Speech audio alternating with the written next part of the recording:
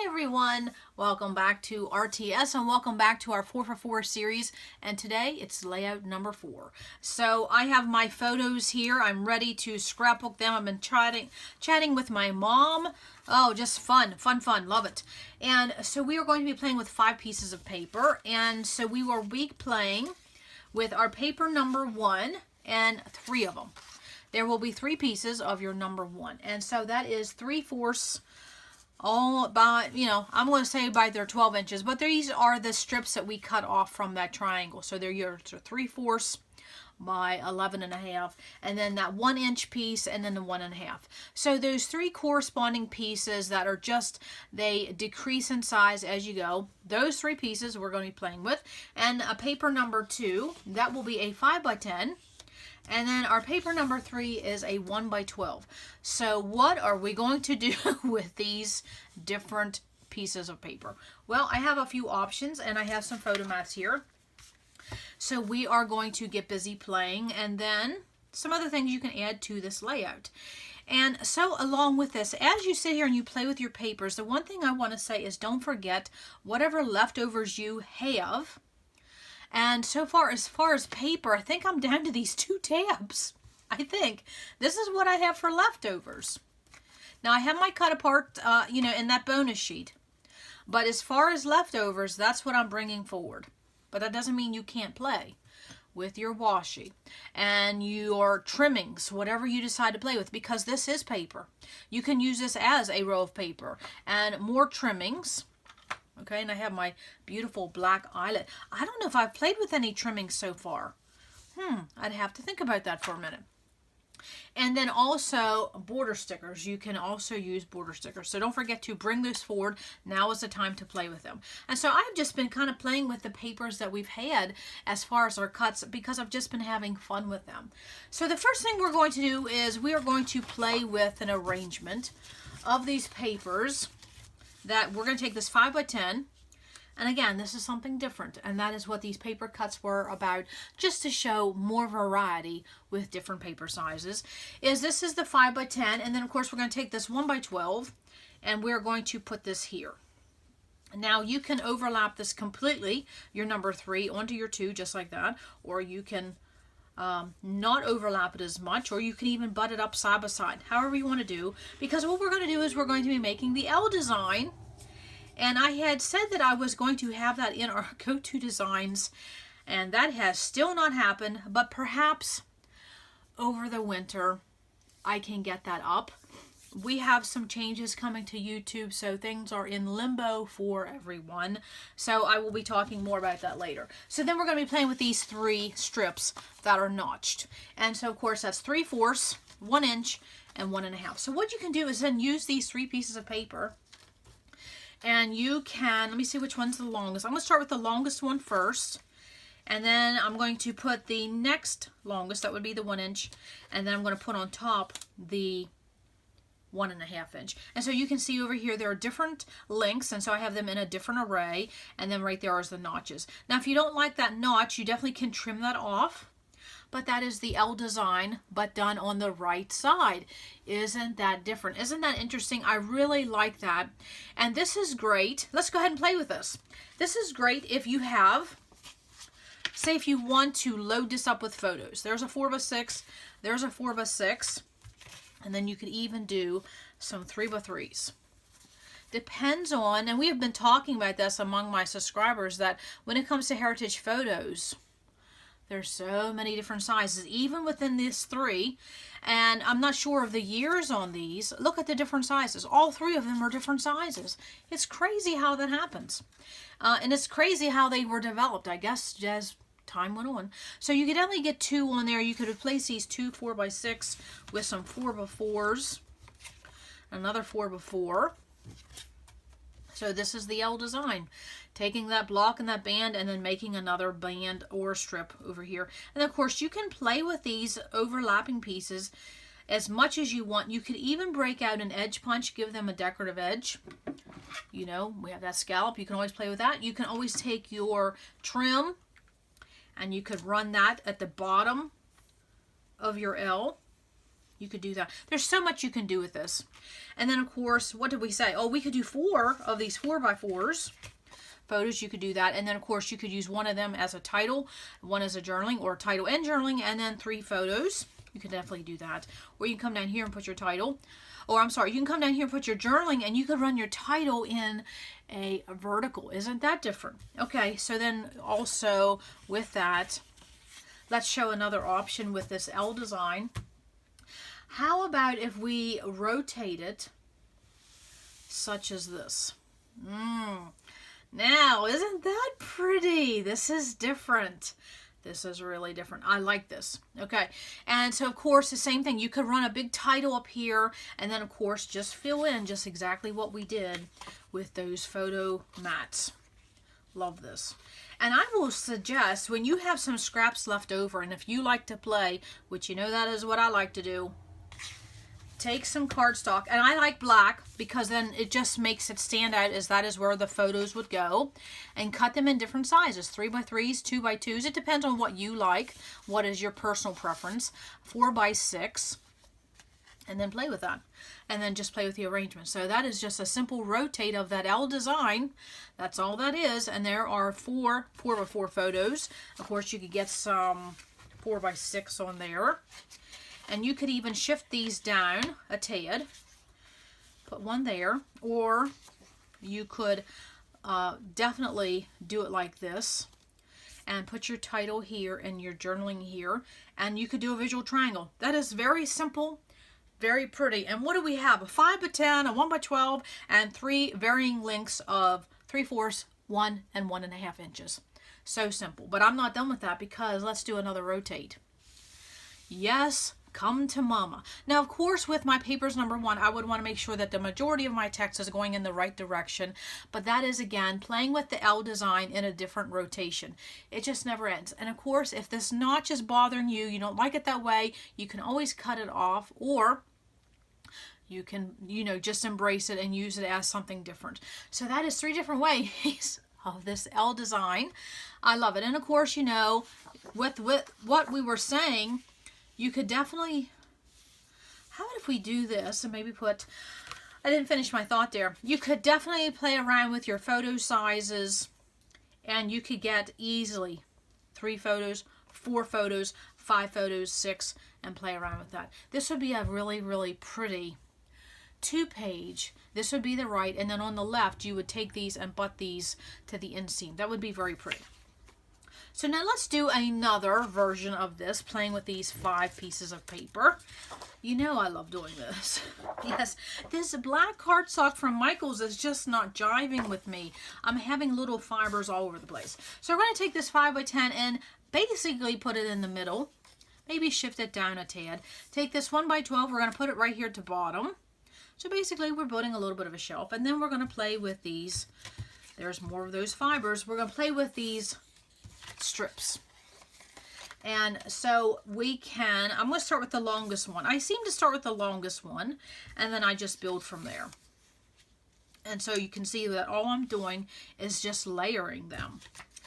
And layering them and layering them and layering them. So then I have a little bit of a visual interest here.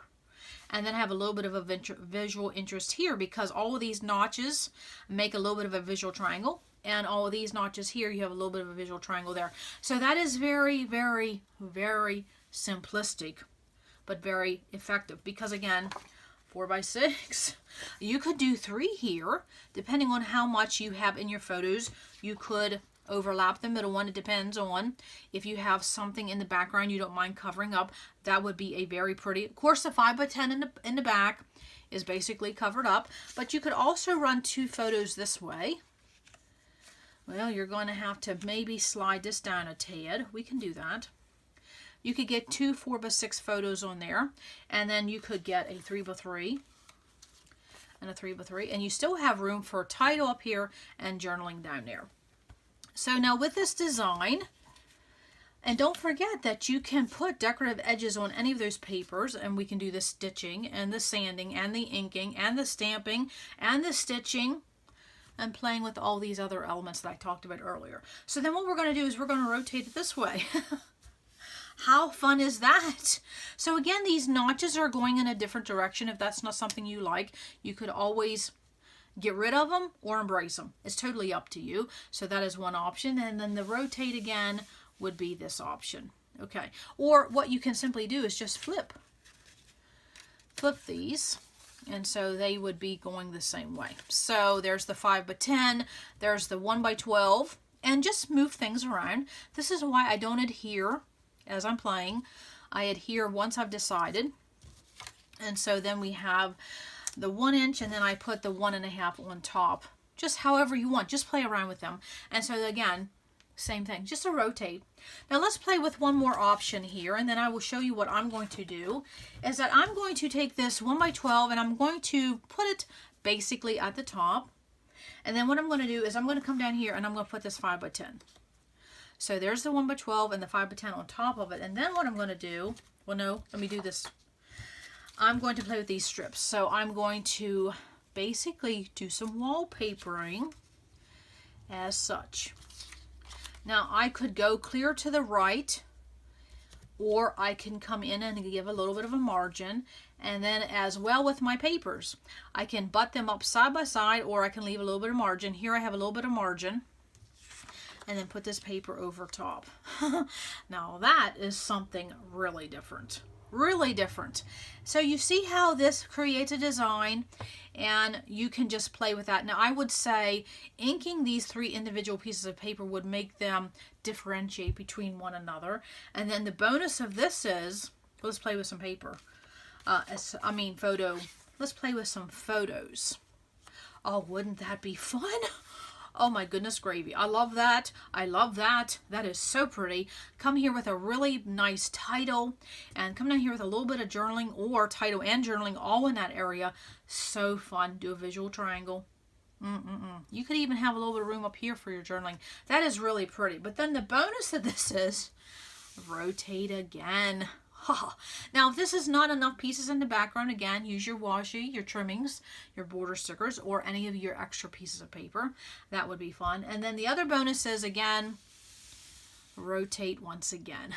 So, just in a matter of minutes, we did 9 different designs just with those little pieces of paper. Isn't that interesting? This is why I love this series, so it's just about playing with paper.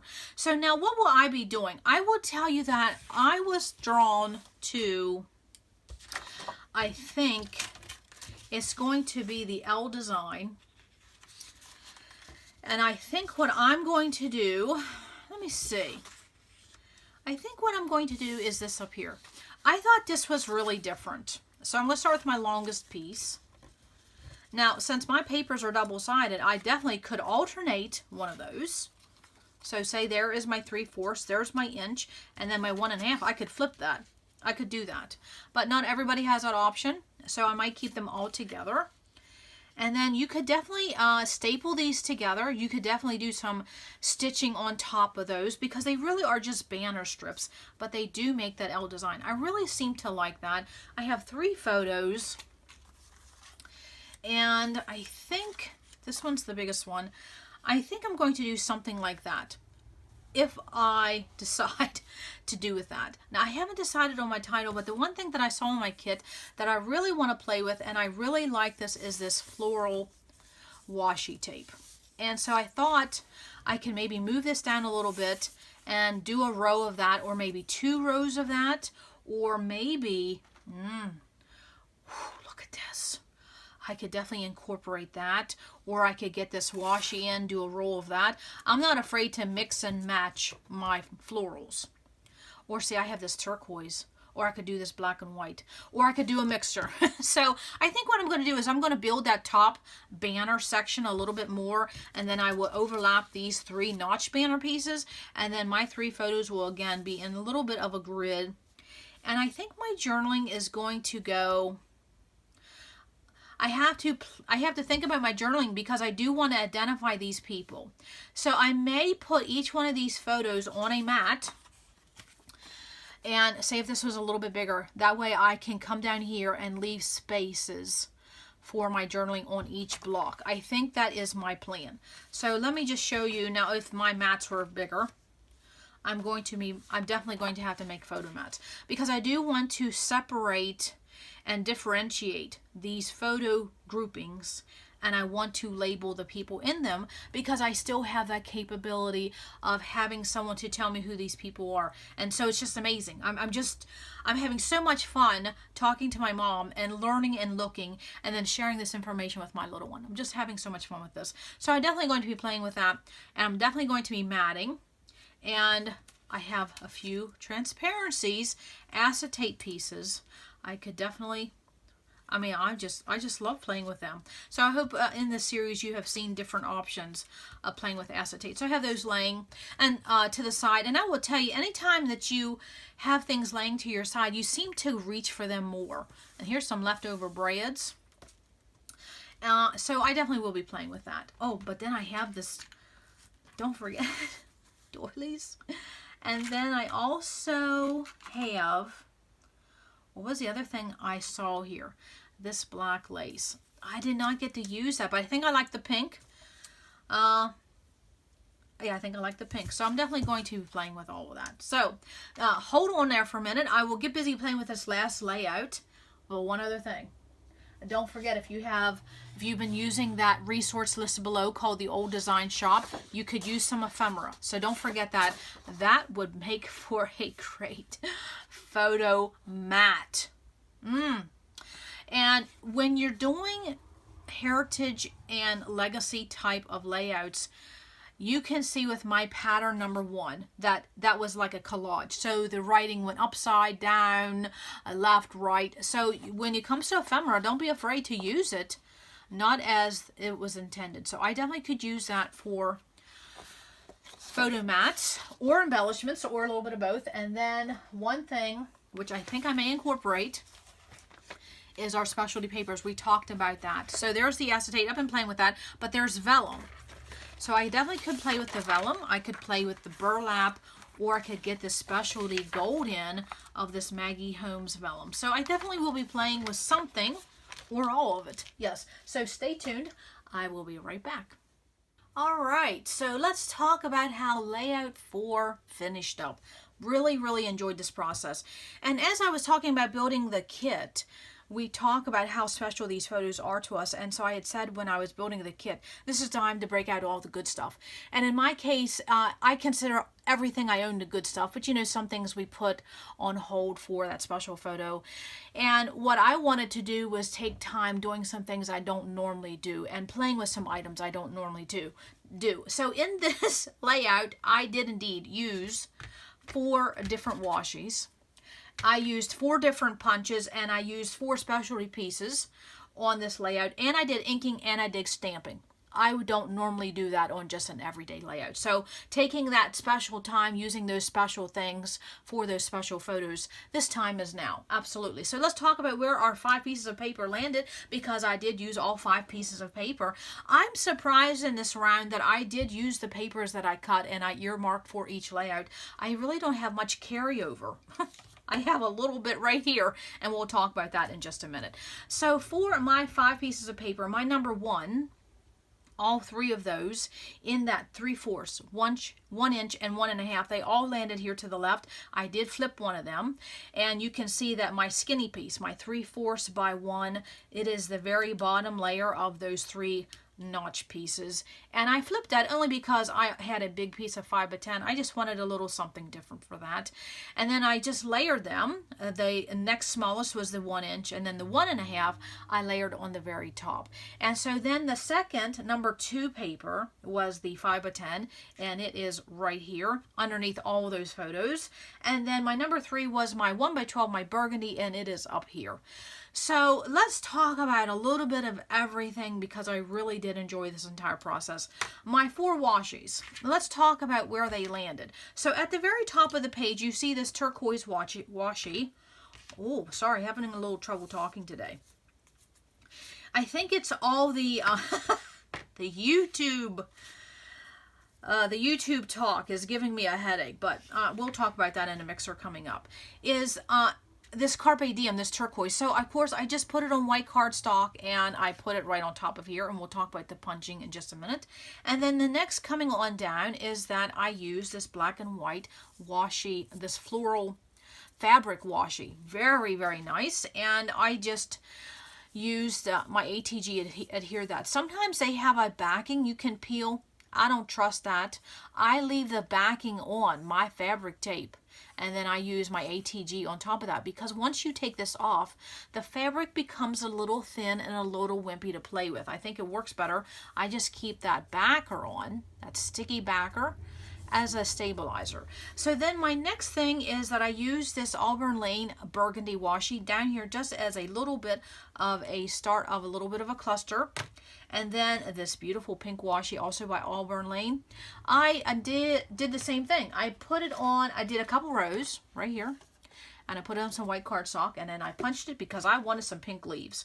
So I used 4 different washes. So again, with that, is as I was saying with this pink, the flower, or the stems, this birch leaf, I wanted pink. So look to your washies when you don't have a certain color of embellishments, and if you don't have a certain color of paper, look to your washi, because we normally, all of us, have a wide spectrum of washi and colors. So don't forget that. I love that. And thank you, Vanessa. Thank you, Vanessa. Thank you, Vanessa, for teaching us that. I think that is the game changer, bar none, when it comes to washi. Absolutely. So then let's talk about the 4 punches. The 4 punches I used was, of course, with this Martha Stewart birch leaf. Love that. And you can find other birch leaves. These are just little birch leaves. It's just a little bit of a tucking piece by other manufacturers, so it doesn't have to be Martha Stewart. And I did use it, and so they are my washi birch leaves. So basically, I made my own embellishment with white cardstock, washi, and a punch. That never gets old. And then I used the other Martha Stewart bracket punch. I used that along with some of those designs from the old design shop. That website will be listed below. Definitely take some time and look at that over the winter or the summer, depending on where you live. And there are so many resources on there, and it's just wonderful. And so you can see, this is what I did. I ran my bracket, Martha Stewart bracket punch, right over, on those pieces of ephemera. And then I did break out the corner rounding. I did that to a couple of my acetate pieces. And then what was the other punch? The other punch is right up here. That turquoise washi, I ran it through this, it's like an Art Deco type of scallop. So yes, 4 different washies, 4 different punches. Now let's talk about the 4 different pieces of specialty. So underneath this 5x10, my number 2, there is a piece of vellum, and it is about, I would say it's about a 6x12 piece of paper. And so I did previously use it on another layout, and I had punched some triangles, and you would never know there's anything punched out of it because I purposely layered this 5x10 where it was cut out. So I used it as it is. So there was a piece of vellum. Then over here is a piece of acetate, and down here is a couple pieces of transparency. So 4 different pieces, and you can see that I used my corner rounder if you want to soften up a transparency, because it is acetate, plastic, that type of thing. So that is definitely fun. So then let's talk about the other 2 things I got on here, which was inking and stamping. Can you believe that? I'm telling you, I did take some time. How long did this layout take? Well, I would tell you, I have been watching some legal analysts talking about this YouTube situation coming up. So some of that was watching that, and some of this. So I would say it was about 1 hour and 30 minutes. But some of that may not have been scrapbooking, but that's how long. So my inking is, again, more of those ephemera pieces from the old design shop. I did some inking with that, and I used that same Prima ink called Old Road. Love those little chalk inks. That's about all I can handle when it comes to inking.